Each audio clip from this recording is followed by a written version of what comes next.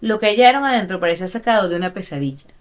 En cada habitación había pruebas de que Ed no solo había cometido un crimen, sino que llevaba años viviendo en un universo paralelo donde la decoración y los objetos cotidianos eran de un origen indescriptible. Había cráneos transformados en platos soperos o tazas. Los muebles estaban forrados con piel humana. Había una lámpara de piel humana. Había una caja con narices, como si él la hubiera guardado para más tarde. Había muchos pedazos de cuerpos de mujeres, los cuales no voy a comentar porque ustedes en todas partes pueden leer todos los horrores que ven en esa casa. Yo estoy tratando de mantenerlo lo menos horrible, en serio que sí. Un horror.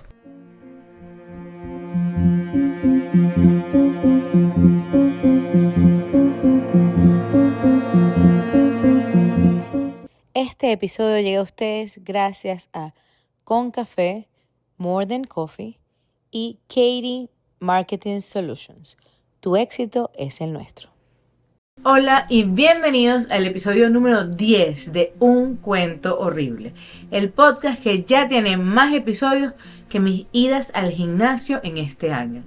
Yo soy Joana Carpio, la narradora de este podcast, donde demostramos en todos los episodios que la realidad supera a la ficción por 1000. Y como hoy estamos celebrando nuestro capítulo número 10, quisiera traerle una historia digna de aniversario. Un caso tan perturbador que los policías que lo investigaron quedaron marcados para siempre. Hoy vamos a hablar de Ed Gein. Entonces, si tú sabes lo que significa run, hide and fight, si has pensado más de 1000 veces en inscribirte en una clase de defensa personal o simplemente quieres escuchar un cuento horrible mientras concilias el sueño, este es tu podcast. Y si este es tu podcast, suscríbete a mi canal en YouTube, sígueme en Instagram y en TikTok, en todo soy @uncuentohorrible, y escucha este podcast también por Spotify y Apple Podcasts, porque estos episodios a veces hay que escucharlo 2 veces para entender la locura de lo que está pasando. ¿Ok? Entonces, hoy tengo que advertirles algo. Este quizás sea el caso más perturbador del que ya hemos hablado aquí. Es una historia que es una mezcla de aislamiento, obsesión y una relación enfermiza madre-hijo que terminó convirtiéndose en una de las leyendas más oscuras del True Crime. Y hoy tengo algo que advertirles. Este quizás sea el caso más perturbador que hemos hablado aquí. Una historia que mezcla aislamiento, obsesión y una relación enfermiza madre-hijo que terminó convirtiéndose en la leyenda más oscura del True Crime. Tengo que empezar esto con una advertencia. Debería hacerlo en cada episodio, pero hoy la historia es bastante espantosa, así que prepárense. Advertencia. La siguiente presentación está destinada para audiencias maduras. Se recomienda discreción del espectador. Es feo, feo, feo. Quizás hayas visto Psycho, The Texas Chain Massacre o El Silencio de los Inocentes. Son de esas películas que cuando tú terminas y dices, menos mal que esto es solo ficción. Pero ¿qué si yo te digo que los personajes de esas películas están basados en una persona real? Y su nombre era Edward Gein, mejor conocido como Ed Gein. ¿Te suena? Bueno, vamos a hablar de eso hoy. Vamos a empezar con la familia de Ed. Porque creo que es un buen punto de partida para entender todo del principio. A veces hay gente que me dice, cuenta solo lo horrible, y hay gente que me dice que todo es muy horrible, pero siempre tenemos que entender de qué fue lo que pasó, para no repetir, amigos, la historia. Ok.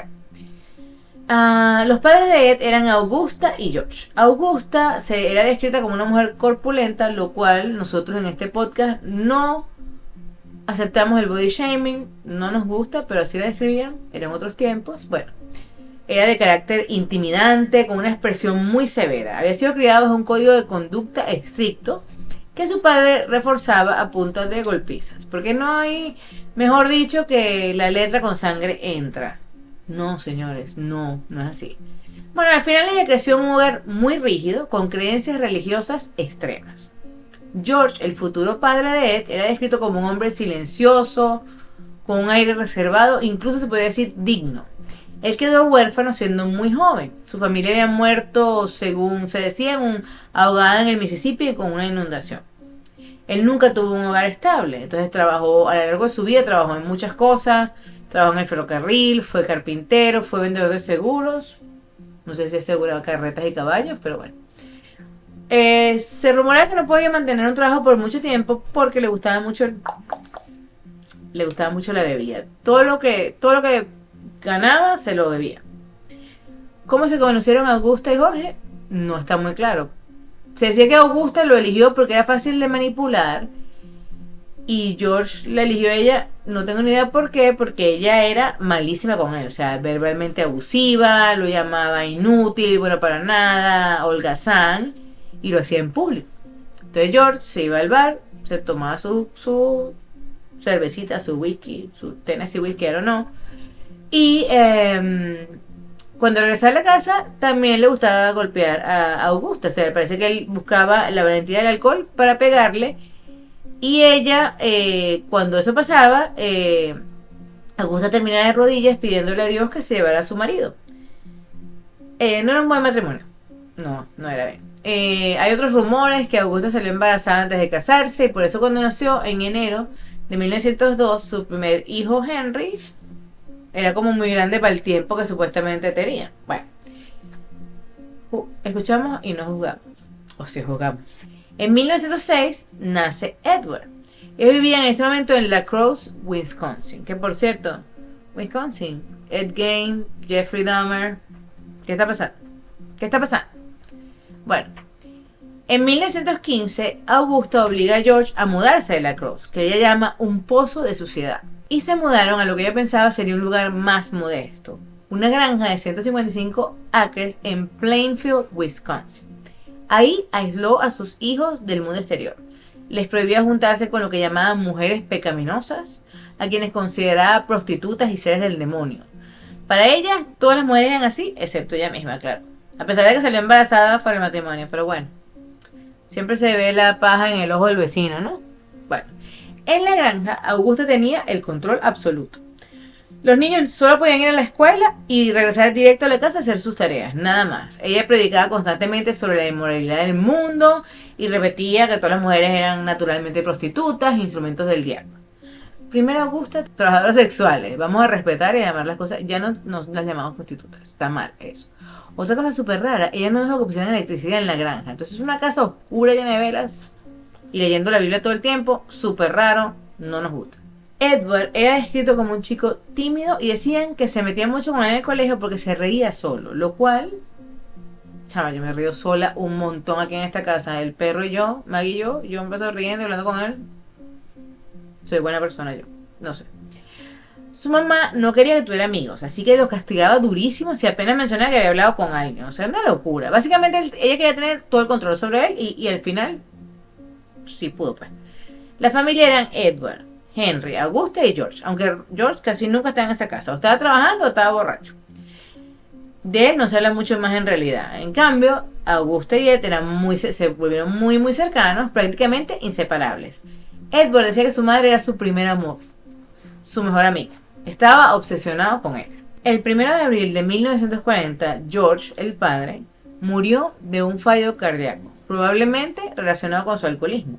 Entonces, Henry y Ed tuvieron que buscar trabajos temporales en el pueblo para cubrir los gastos de la casa. Ahora, empezaron a conocer a otra gente. Henry, siendo mayor, empezó a salir con una mujer divorciada, madre de 2 hijos, con la que planeaba mudarse. Entonces imagínate, Henry, también tú, sabiendo cómo es tu mamá, te vas con una mujer divorciada. Que yo no tengo nada en contra de las mujeres divorciadas, pero un poquito de por favor. Bueno, Henry estaba preocupado por Edward, lo veía demasiado apegado a su mamá, mientras que él iba a avanzar con su vida, se iba a casar, iba a formar un nuevo hogar, pero él seguía atrapado, obsesionado con Augusta. Henry se lo dijo directamente e incluso le habló mal de la mamá. Esto, claro, molestó muchísimo a Ed. El 16 de mayo de 1944, Henry y Ed estaban trabajando en la granja, quemando un monte ahí en la propiedad, y el fuego se salió de control supuestamente. Llegan los bomberos, no sé quién los llamó ni cómo los llamaron. En 1944 ya existía el teléfono. I don't know. Bueno, no tenía ni electricidad en esa casa. Bueno, Llegaron los bomberos, apagaron el fuego, no sé qué. Entonces cuando los bomberos preguntan, ¿y Henry? ¿Y qué? Bueno, no sé. Estaba por aquí. De verdad que no son hasta. Bueno, al final Ed los lleva al cuerpo de su hermano, al cual consiguieron boca abajo sin vida en medio de los restos del fuego, pero extrañamente sin quemaduras, ¿no? La primera conclusión fue que había muerto de un paro cardíaco, porque no estaba quemado, pues. Sin embargo, después se reportó que tenía moretones o como un golpe en la cabeza, lo cual es bastante extraño, porque ustedes saben que a pesar de que el fuego da mucho miedo, usualmente no da martillazos. El fuego no está tirando palos y piedras para que tú termines con un golpe en la cabeza por estar en un fuego. Pues sería terrorífico. Entonces, aún así, la policía descartó cualquier sospecha de homicidio. El forense oficialmente declaró que la causa de muerte había sido asfixia. Algunas personas sospecharon de esta muerte, pero nunca hubo ninguna prueba de nada, solo especulación. Aunque con lo que sabemos hoy, bueno, no suena tan descabellado. Lo cierto es que Edward parecía feliz. En el funeral de su hermano hasta comentó que Henry no iba por buen camino y que era mejor que se hubiera muerto. Finalmente, él tenía a su madre solo para él. Pero como la vida es dura y la noche es oscura, un año más tarde, Augusta sufrió un derrame que la dejó postrada en la cama. Edward la cuidaba día y noche, aunque ella seguía siendo súper cruel con él. Lo insultaba, lo llamaba débil, fracasado, decía que jamás podría sobrevivir sin ella. Bueno, Augusta, vamos a ver tu teoría. Porque sí, Augusta se murió en diciembre de 1945 tras otro derrame cerebral. Edward tenía 39 años cuando esto ocurrió y quedó devastado, heartbroken.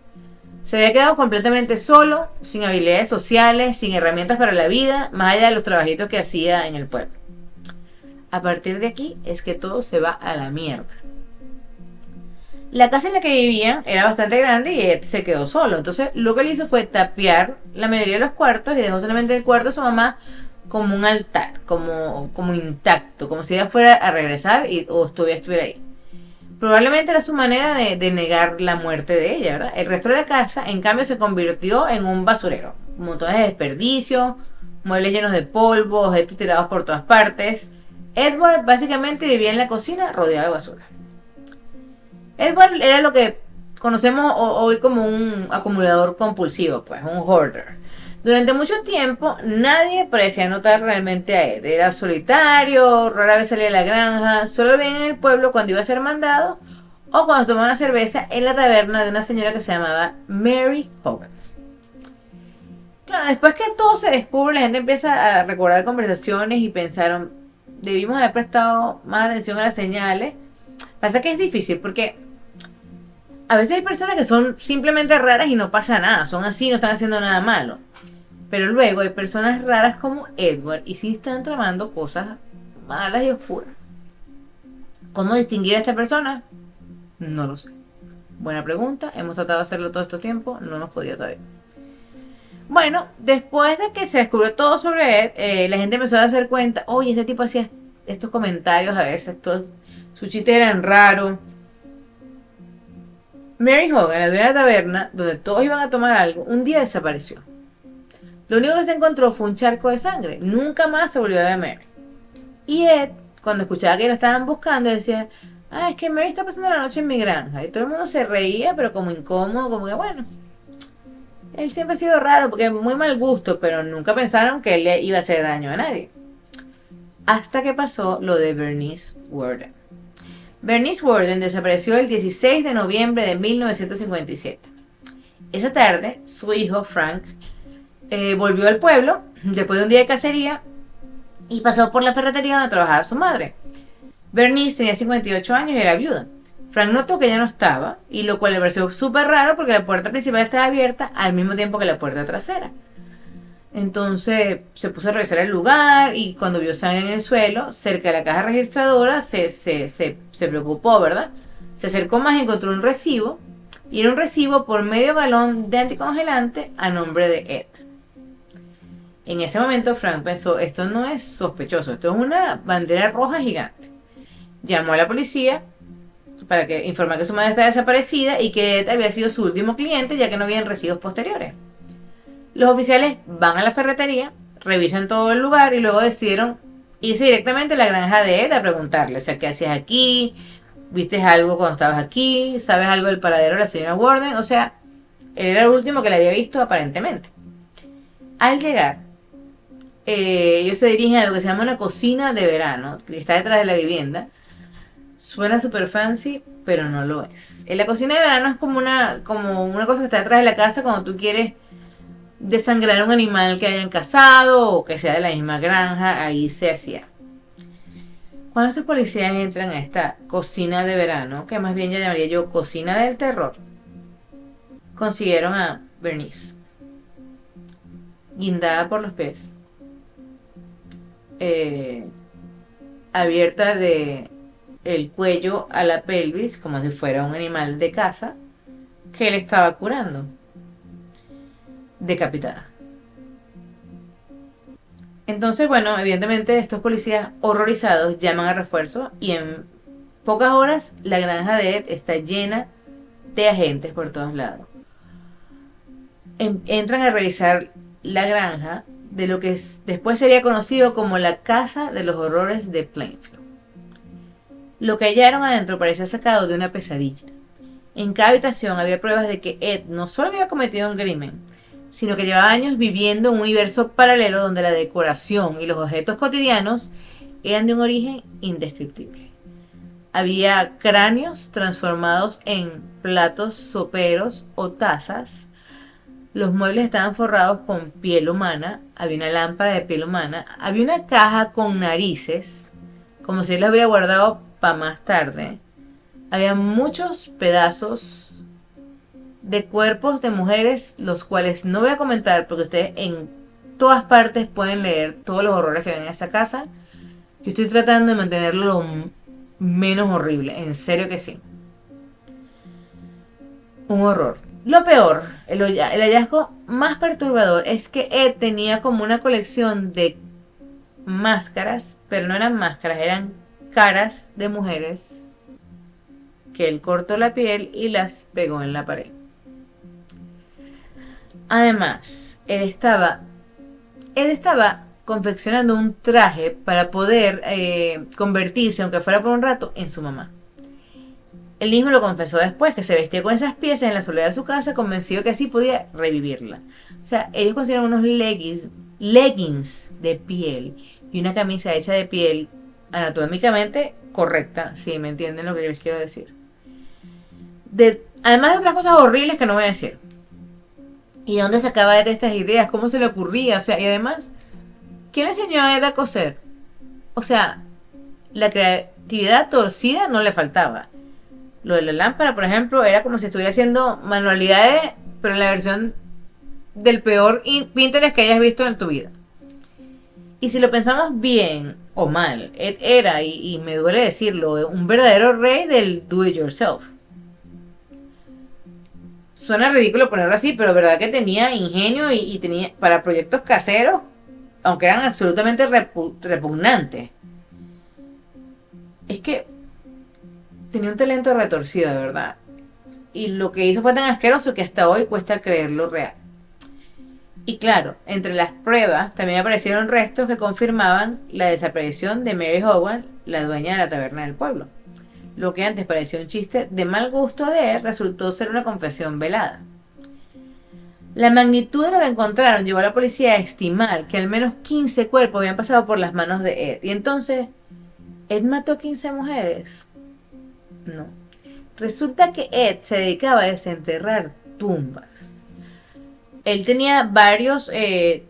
habían 3 cementerios cerca de casa de Ed. No entiendo por qué en un pueblo donde vivían 600 personas había 3 cementerios. Entonces él esperaba que hubieran cuerpos frescos, los desenterraba, sacaba lo que necesitaba, cortaba y sacaba, y los volvía a enterrar para que la gente no se diera cuenta. Y entonces, pero entonces él se dio cuenta que el traje que él quería hacer, la piel de los muertos estaba como muy seca, era difícil de manipular. Y entonces decidió conseguir material fresco de verdad, que fue cuando asesinó a Mary Hogan y a Bernice Warden, y él eventualmente lo confesó. Fue declarado culpable, aunque Inicialmente se le consideró incapaz de enfrentar un juicio y fue enviado a un hospital psiquiátrico para criminales. 10 años después se le declaró apto para ser juzgado y terminó condenado por asesinato en primer grado. Pasó el resto de su vida encerrado hasta su muerte en 1984. En cuanto a su casa, se empezó a convertir como un sitio de culto, ¿verdad? La gente tenía una curiosidad malsana, turistas, curiosos, gente morbosa, no como nosotros, morbosa feo, que querían ver dónde vive el monstruo. Entonces, un día, casualidad, se quemó esa casa. Yo estoy segura que la gente de la comunidad dijo, no, esto se acaba aquí. Además que no querían esa representación del horror y de la maldad. Bueno, esa casa se quemó y nadie supo, ¿no? Se quemó. Esa casa ni tenía ni electricidad, ¿con qué se iba a quemar? Bueno, Ed fue enterrado en Plainfield, sin lápida. Durante un tiempo tuvo una, pero los visitantes arrancaban pedazos como si fueran souvenirs. Y en el año 2000 hasta se robaron la piedra completa. Desde entonces su tumba es anónima. Su historia, sin embargo, trascendió. Fue la inspiración directa para Psycho, que fue en 1960, The Range, que fue otra película de 1974, The Texas Chainsaw Massacre, que es 1974 también, y El silencio de los inocentes de 1991. En otras palabras, Ed Gein se convirtió, irónicamente, en el guionista involuntario de algunas de las películas de terror más icónicas del siglo XX. Y sí, algunos lo llaman asesino serial, otros lo describen más como un saqueador de tumbas con delirio. Lo que está claro es que Ed Gein estaba muy enfermo y que su mente lo llevó a un terreno tan perturbador que hasta hoy sigue siendo difícil de procesar. Lo inquietante de la historia de Ed Gein es que nos recuerda que las películas de terror casi nunca nacen de la imaginación pura. Detrás de los villanos más icónicos siempre hay un pedazo de realidad, una vida torcida que inspira lo que después vemos en la pantalla. Todas esas películas que les dije antes, Psycho, La Masacre de Texas, El silencio de los inocentes, todas tienen sus raíces en Plainfield, Wisconsin. Y si algo deja claro este caso es el poder que puede tener una madre sobre su hijo. Augusta no solo crió un niño temeroso y aislado, también sembró en él la idea que el mundo está lleno de pecado, de mujeres peligrosas, de tentaciones mortales. Esa visión se convirtió en la brújula torcida de él y el resultado de un hombre incapaz de distinguir entre amor, obsesión y destrucción. Quizás por eso esa historia sigue fascinando, porque nos recuerda que a veces el verdadero terror no está en la máscara del asesino, sino en la herencia invisible de una infancia marcada por el miedo. Así que la próxima vez que veas una película de terror y digas, ¡ay, qué exageración! Eso nunca pasa en la vida real. Acuérdate de Ed Gein. Y si vives con tu mamá y ella todavía controla hasta cómo cuelgas la toalla, pues mejor cuélgala bien, no vaya a ser. Como siempre, gracias por quedarse conmigo hasta el final. Los quiero mucho, agradezco mucho todas sus vistas, todo su cariño, todos sus likes. Si tienen algo de preguntarme, si quieren escuchar algún cuento clásico, quieren de supervivencia, déjenmelo saber aquí en los comentarios. Y como siempre, cuídense. O mejor dicho, cuídense de los otros. Este episodio llega a ustedes gracias a Con Café, More Than Coffee y Katie Marketing Solutions. Tu éxito es el nuestro. Y si te gustó, suscríbete a mi canal y sígueme en Instagram en @uncuentohorrible.